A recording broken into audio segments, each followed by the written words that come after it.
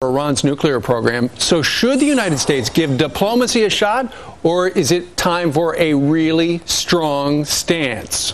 Alabama Senator Richard Shelby, a ranking member of the Senate Banking Committee, is working on putting this all together, putting sanctions together. He joins us right now live from Washington, D.C. Senator, we're not really talking sanctions yet. We want to make sure, we want to see if the talks go well. But if we do talk sanctions, could you put teeth in them? They have to have teeth. You touched right on the central question.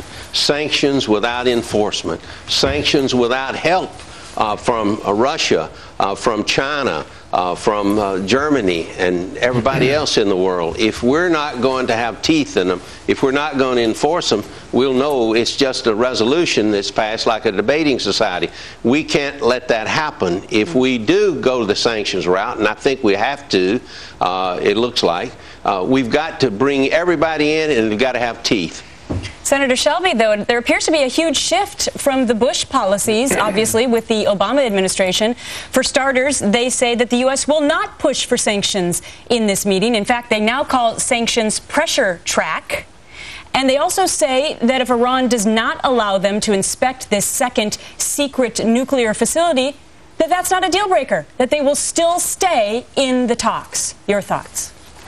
Well, I think useless talks are useless talks. If there's a breakthrough, if Iran is going to come to the table sincerely, which I doubt, and say we want to negotiate this, in other words, we don't want to just stall for time where we build those reactors and build our nuclear capability, but they really want to be part of the nations of the world, I doubt it. I think that this administration is going to have to be tough, and if they're not tough, they're going to be laughed off the stage. Sure. Well, you got to figure China's not going to be tough, because ever since the Europeans have kind of turned away from Iran over the last couple of years, Senator, China's dove right in. I mean, they're helping them out. They're trying to explore for gas and oil and all sorts of stuff, and investing heavily in Iran.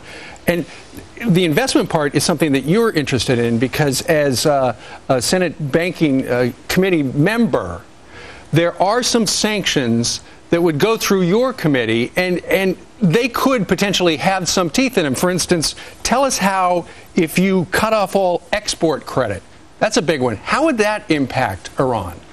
It would have some impact. The question is, if it's not comprehensive in the thrust of the sanctions, Iran will get around it, especially if you've got Russia and you've got China looking the other way, winking at them, so to speak. And that's what we've had in the past. But financial sanctions, dealing with financial credits, banking, everything, generally are very, very tough. But we've got to have, as you said earlier, you've got to have teeth in it.